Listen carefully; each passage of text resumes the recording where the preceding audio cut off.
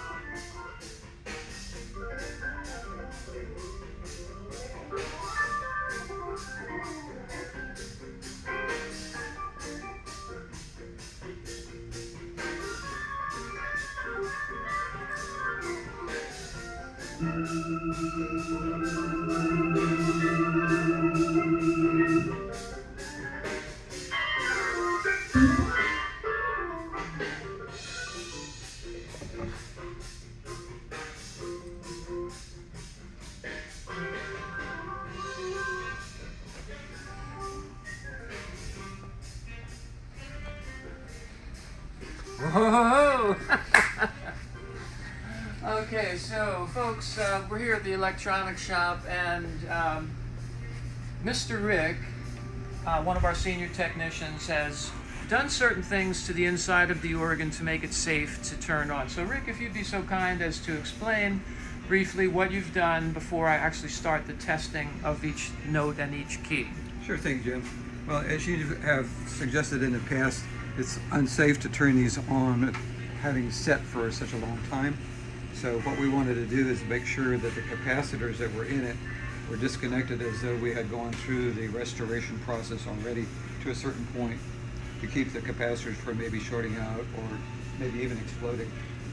I think, we had discussed that briefly, where I had suggested using a variac, which would add current to the instrument gradually. Correct. And this is what we did with two B3s that were still in the box after 30 years.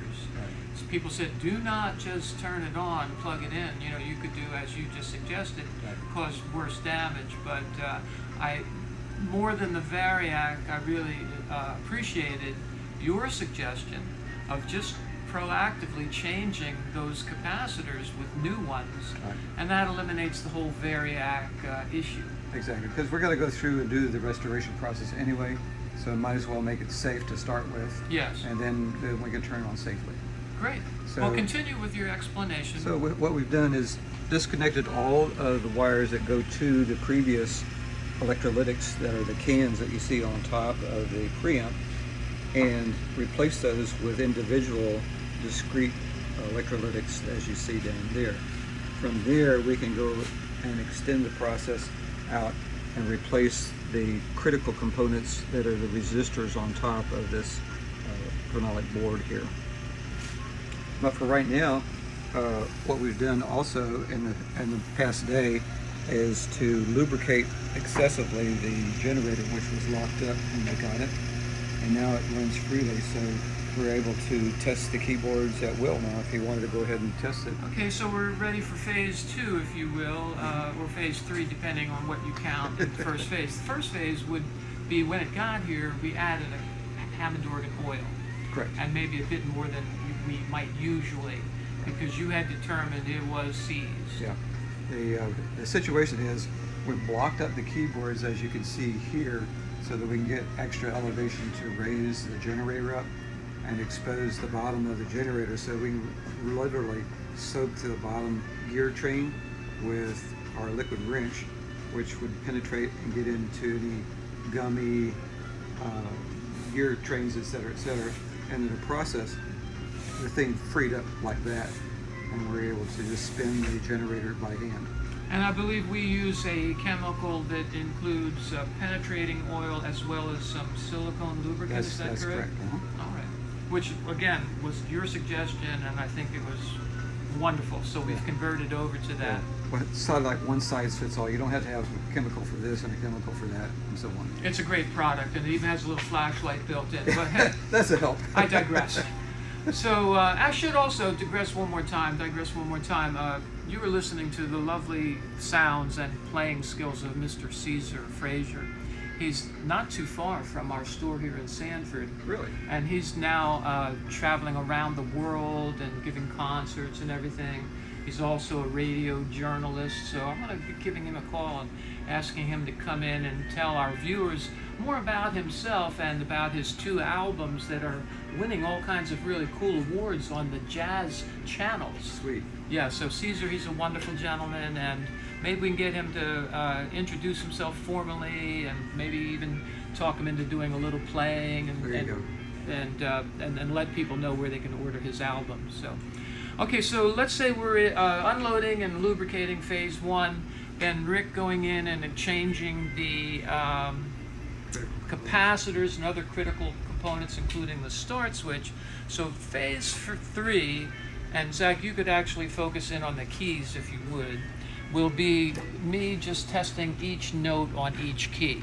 Now in my pocket I just happen to have some blue tape, and if I find any note that's not working correctly, I'll put a little piece of blue tape on that note. So this is going to be a little bit long.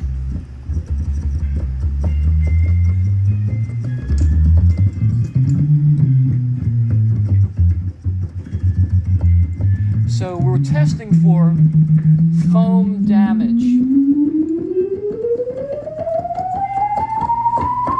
Now if it's not playing 100%, you'll notice I can hit the note a few times and knock off the oxidation.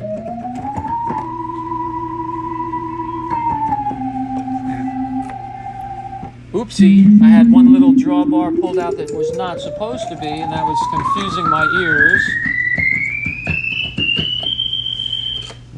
And the percussion is off.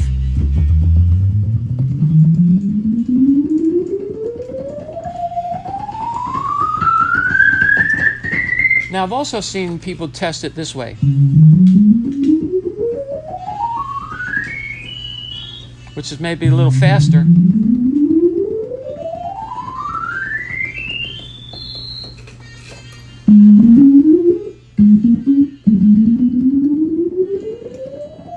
Kind of prefer the way I'm used to because we're not missing any notes. Also keeps your fingers limber. Yeah.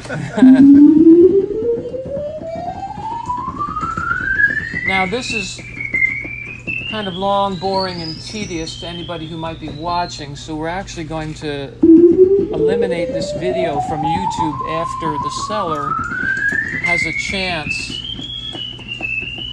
to view this video. And then Rick and Zach, who's on camera, are going to prepare a different video that's a lot more technically oriented and not so repetitive.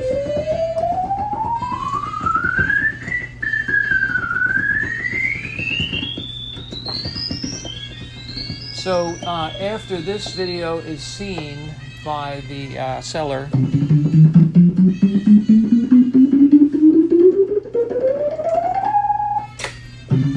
actually I didn't need to push that 1 foot drawbar in, did I? Because percussion overrides the 1 foot drawbar.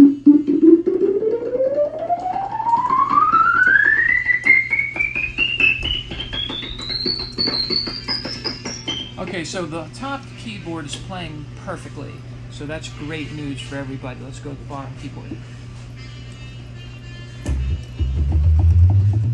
Now still, even if all the notes are playing correctly, because this organ was made in '65, we're going to still have to take these keyboards out, get in there, and remove the foam. Am I right about that, Rick? If it has foam, yeah, we haven't checked that. Well, because the serial number indicates it's a 1965, we will need to remove the foam.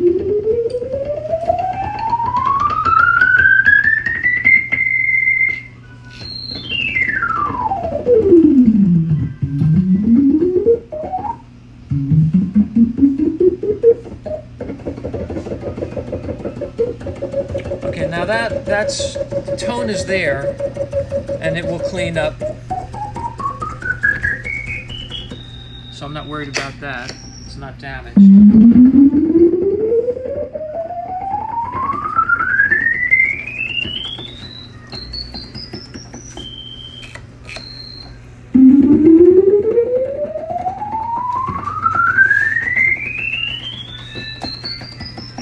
We are looking pretty good. Just a couple more. Now you don't have to test all the drawbars, both sets of drawbars. We're just testing the keyboards now, and that can be done just using one set of drawbars on the top and one on the bottom. Almost home here, Rick. Almost home. So I was talking about Caesar Frazier. Wonderful guy. Hope to get him in here to play for everyone. He kind of plays in the traditional Jimmy Smith style, but he has his own unique twist. No need to use blue tape, ladies and gentlemen. This is great news, great news. Keyboards test perfectly. So all we need to do is get the foam out of the keyboards and then start the rest of the restoration process. This keyboard does have foam in it, so they have to come out. Well, I was pretty much Pretty much suspecting on that, target. but it's good that you showed folks a way to double check that. Right, exactly. So, Mr. Rick, thank you for your time and attention. Certainly. And we will conclude at this point, and wish you all a fine day. Now, this video is only going to be on our YouTube channel for about a week until the sellers can be given the good news. Right. And then the video that you and Zach prepared where you got deeper into explaining things Right. can be presented, and Zach's going to edit it. And of course, we've already mentioned that Zach is a YouTube, a Full Sail graduate. Right. And so he's going to be showing He's an some, artiste. yeah, he's an artist with his editing. So folks, you have something real fun to look forward to. Yeah, for sure. Jim Huss, Mr. Thanks, Zach. Rick, Thanks, the Jim. silent Mr. Brian here in the background. And Zach on camera. Thank you all. And to Gail and Steve, I look forward to seeing this video and getting the good news that the keyboards tested out well. Thank you for your cooperation so that we didn't overpay and then you didn't get underpaid. And this is a good system when people sell us things. For sure. You know, they don't have to fix the organ first. They all know that we're going to, you know, test it when it gets here, give them a full report. So I have to go tell Rodney to start writing another check because we owe these people a little extra money now. There you go. They won't mind that, I'll bet. The check will be in the mail. There you go. How about Thanks, that? folks. Signing off from Keyboard Exchange International in sunny Sanford, Florida.